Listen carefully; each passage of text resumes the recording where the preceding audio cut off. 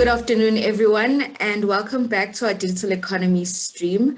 This afternoon, I am joined once again by a highly experienced presenter, Dr. Jody Delichte. Dr. Jody is an international development consultant. She recently completed her PhD at the University of Cape Town's Graduate School of Business, and she's authored a PhD paper titled Becoming Business People: How Identities Develop and Shape Behaviors. Interestingly, this very paper has been responsible for some of our thinking around how we tackle youth unemployment and underemployment when thinking about inclusive digital economies. And so we're very delighted to have Dr. Jody with us today to share more on her thoughts around this topic. Jody has over 25 years of experience leading global programs in the ICT and telecom sector for organizations such as HP, Verifone, Nortel Networks, and the GSMA. She has experience in co-founding and developing mobile and fintech startup companies. And more recently, she bridged her ICT and telecoms experience with her passion for development, whereby she developed the Shape, the mobile for development landscape, with emphasis on ensuring the underserved are included digitally and financially. I can't think of anyone better suited to drive this conversation on how we can include those really severely excluded in the informal economy into digital economies. She has global experience across 4 continents and currently specializes in Africa with recent projects in youth entrepreneurship, employment creation, and livelihoods development at the bottom of the period. Jody, welcome. Thank you. Thank you, Samke. It's nice to be here. Great to have you. So Jody is going to take us through a presentation on some of her work and thoughts around the informal economy. We'll hand over to the presentation before we take questions from the panel, from the audience. I would ask you that you use the questions column in your Pathways Summit website and lodge any questions, and Jody will answer them when we come back from the presentation.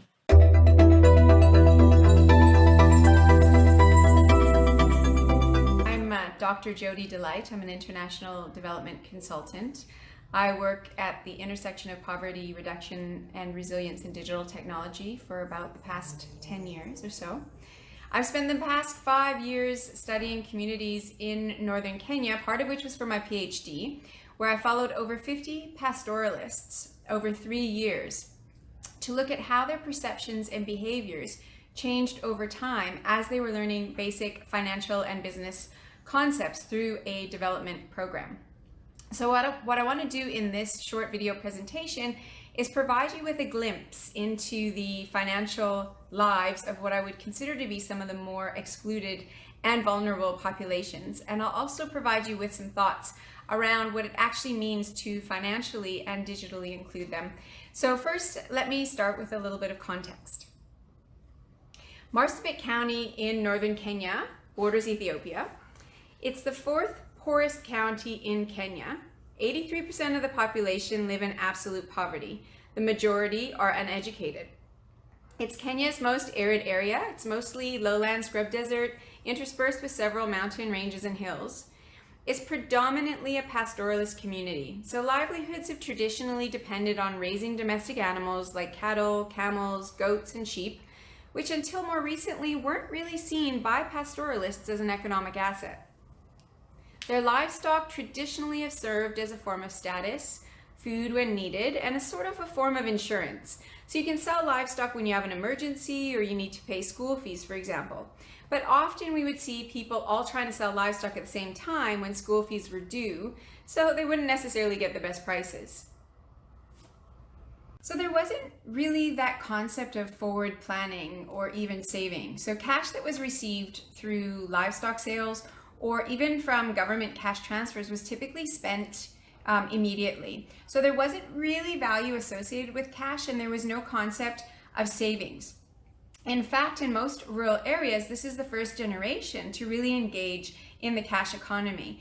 So of course, one of the biggest problems with saving via livestock is climate change. And droughts in this area have become increasingly harsh over recent decades. And there were times when I would visit where livestock herds had been pretty much completely decimated, and it was quite devastating for the people and the pastoralists. So to improve pastoralist resilience and reduce poverty and improve their livelihoods, a number of development organizations have been implementing programs to teach them basic financial and business skills.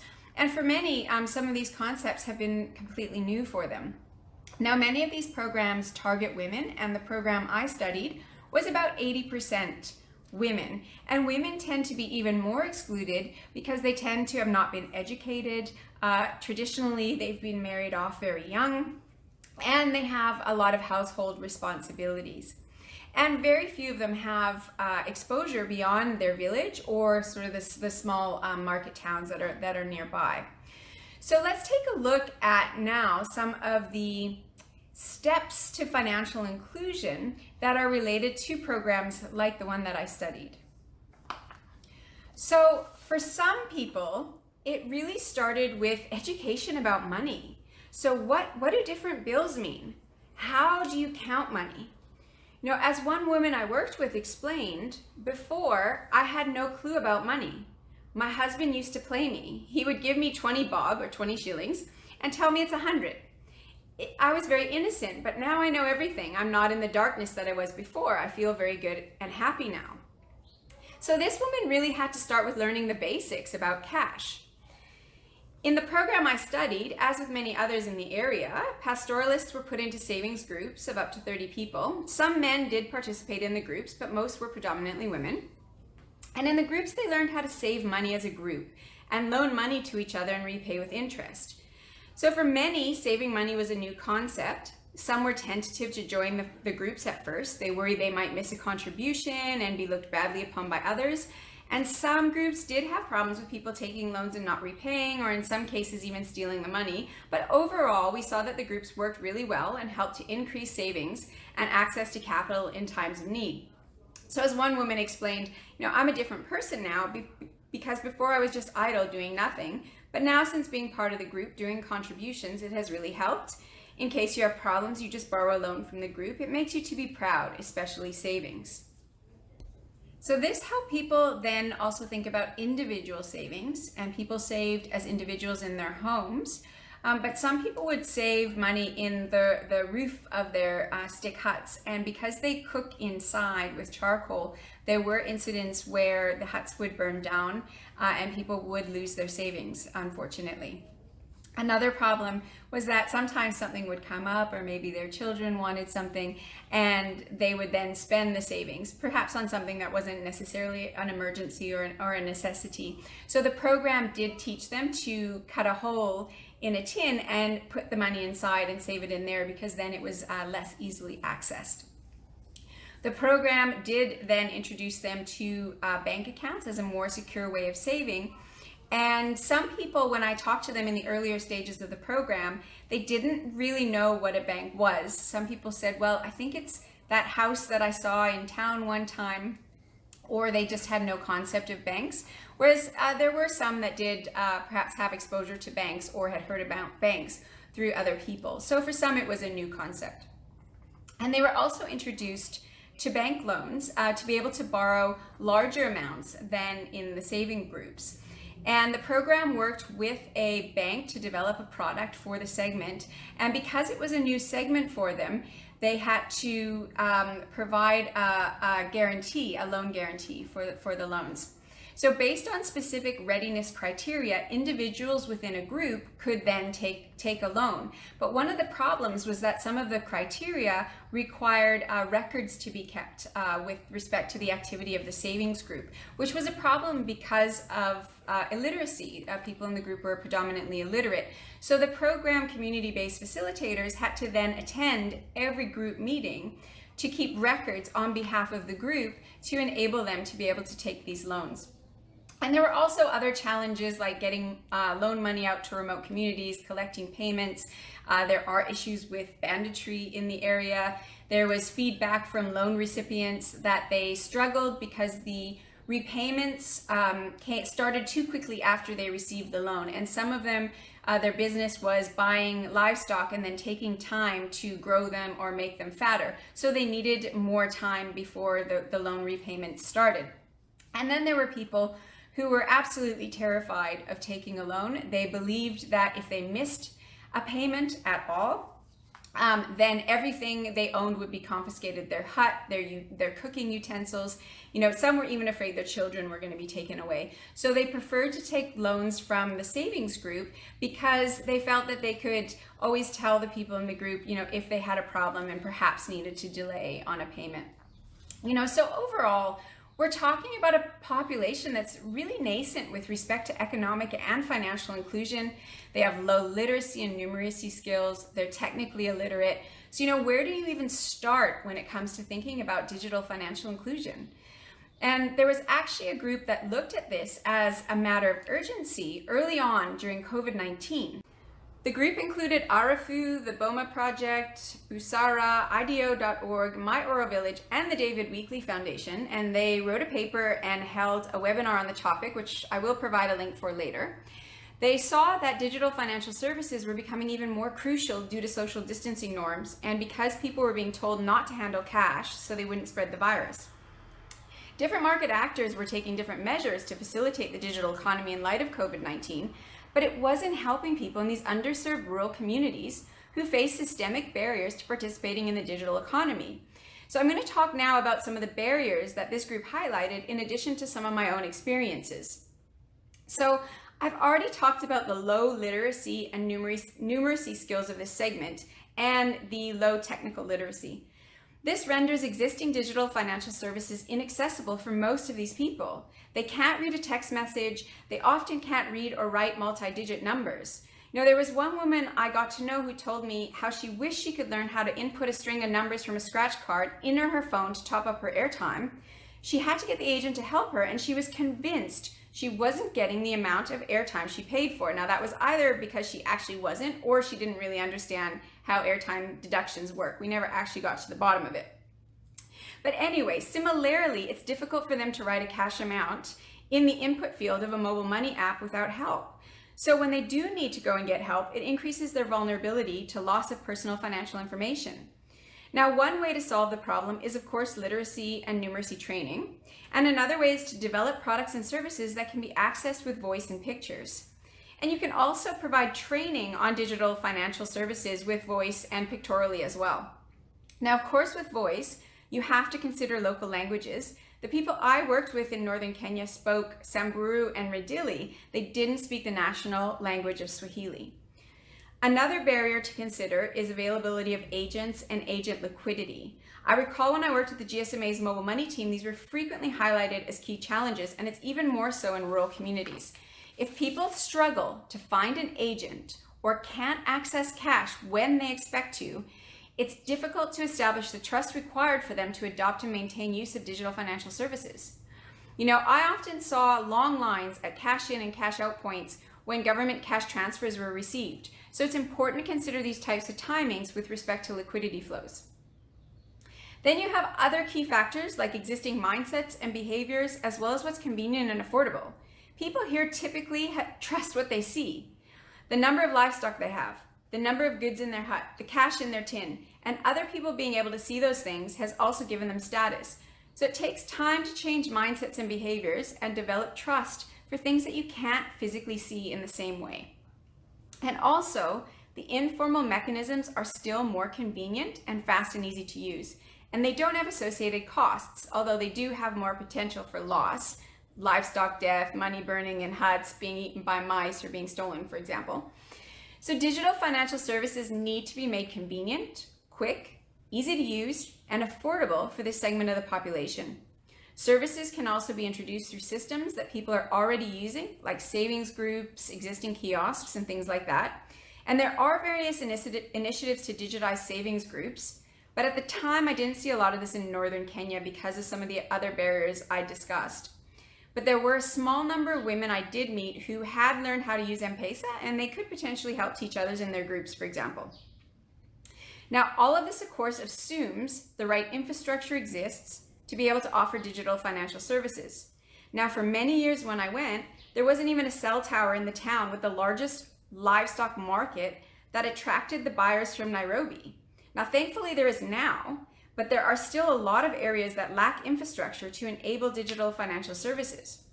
And people, of course, have to be able to access the devices and be able to charge them as well, which has been a problem. Now, over the time I was there, I did start to see more people owning basic mobile phones, and in some cases, these large, heavy-duty basic smartphones from Ethiopia that do hold up better in the environment. But people were primarily just using them to phone each other, maybe to call a motorcycle or a boda to collect someone, or to pick something up from a shop and deliver it to the village. Maybe they were using them to phone someone who had been to the market to find out if livestock prices were good or contact buyers. But anyway, they were primarily being used mostly for phone calls. Now, over time, I also started seeing more kiosks starting to offer mobile phone charging services and more solar panels on the roof of huts. So there has been progress with infrastructure, but I find it depends on the proximity of villages to the small towns. And also I was starting to see more youth who are technically savvy adopting the technology and sometimes helping their parents use it or benefit from it, like to receive remittance money, for example. So as you can see, there are a number of interrelated barriers that need to be addressed if we're going to include these underserved populations in the digital economy. And there's not one single silver bullet solution to solve all these problems. And it's going to take a coordinated effort from different market actors together, working together to address these barriers. Now, it was great to see those different organizations coming together in light of COVID-19 to discuss the topic as a matter of urgency given the circumstances and what was going on. And I just recently attended a webinar that's of a task force that is made up of different organizations that are actually looking at digital finance for climate resilience. Now, of course, climate change, as I mentioned, is affecting this population significantly. So they're one of the most vulnerable to climate change. So it's very interesting to start to see organizations and groups of organizations focusing on how digital finance can help these populations with climate resilience. And what I'm going to do is I'm going to leave you with a link to the COVID-19 webinar, as well as with a link to more information about the Digital Finance for Climate Resilience initiative in case you're interested in learning a little bit more about them, because they're very interesting. And on that note, I will leave you there, and thanks very much for listening.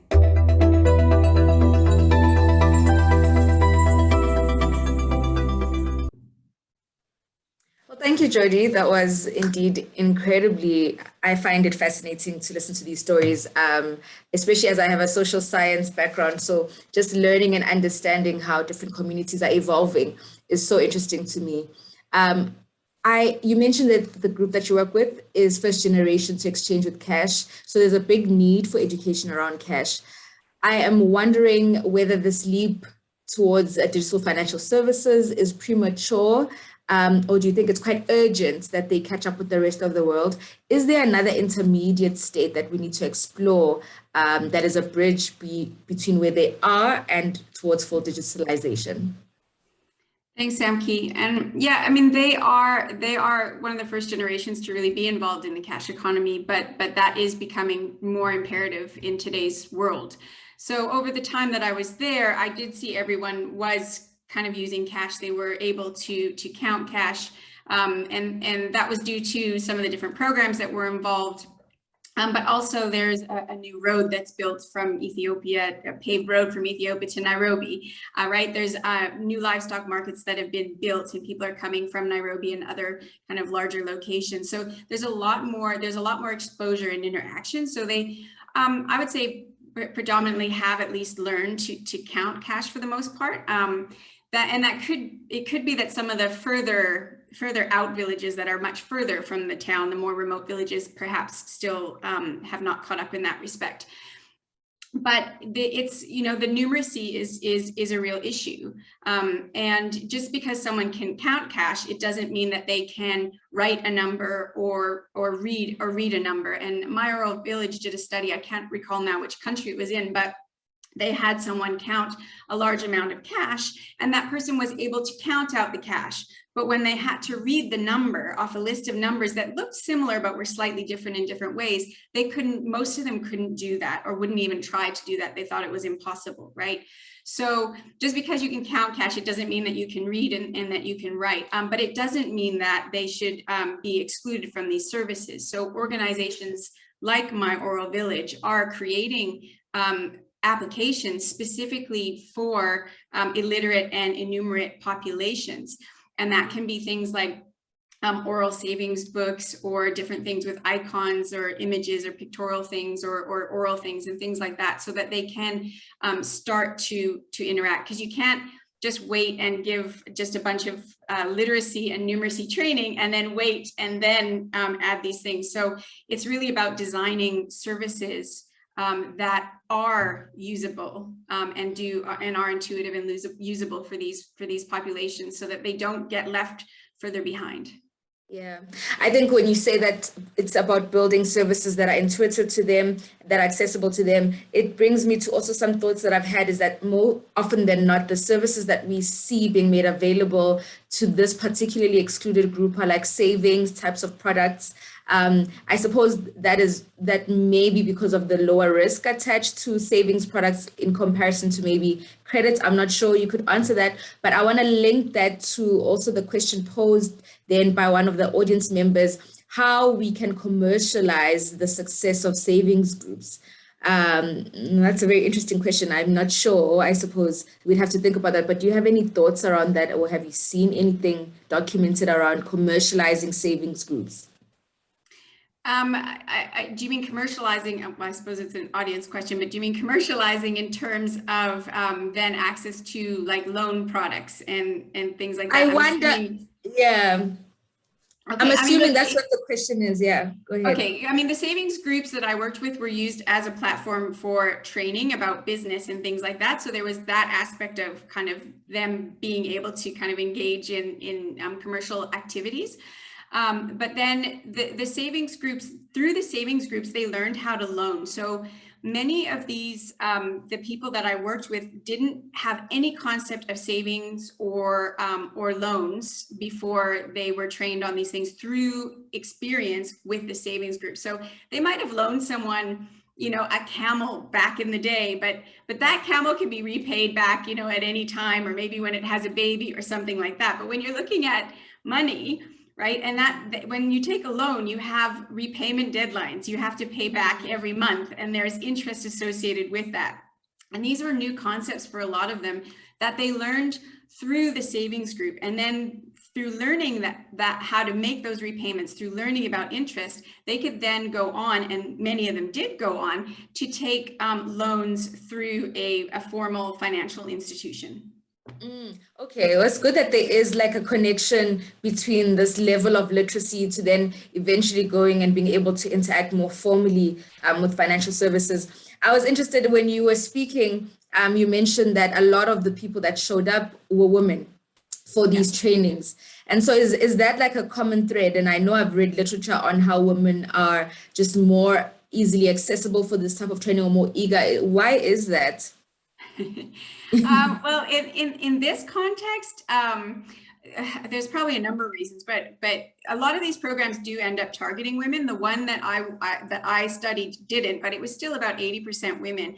And oftentimes it's because the men are the ones who take the livestock kind of far off to fora, right? So they can be gone for days, weeks, you know, whatever, with the livestock, and the women are sort of home then with the children. So it's the women that then tend to sort of be part of these groups, but also the women are very interested, obviously, in making sure that they can pay their children's school fees and feed their children. So a lot of the women said that through this program, you know, they're now empowered. They don't have to wait for a man to come home and bring them food. Their children aren't sitting there hungry for, you know, days or whatever it is, because now they've learned how to save. They've learned how to make money. They've learned how to save money. Even the government cash transfers that they get, they've learned how to save some instead of just spending it all right away, right? So they're very motivated to make sure that their children have an education, make sure their children are fed, and they seem very keen to learn these new things and really put them into practice.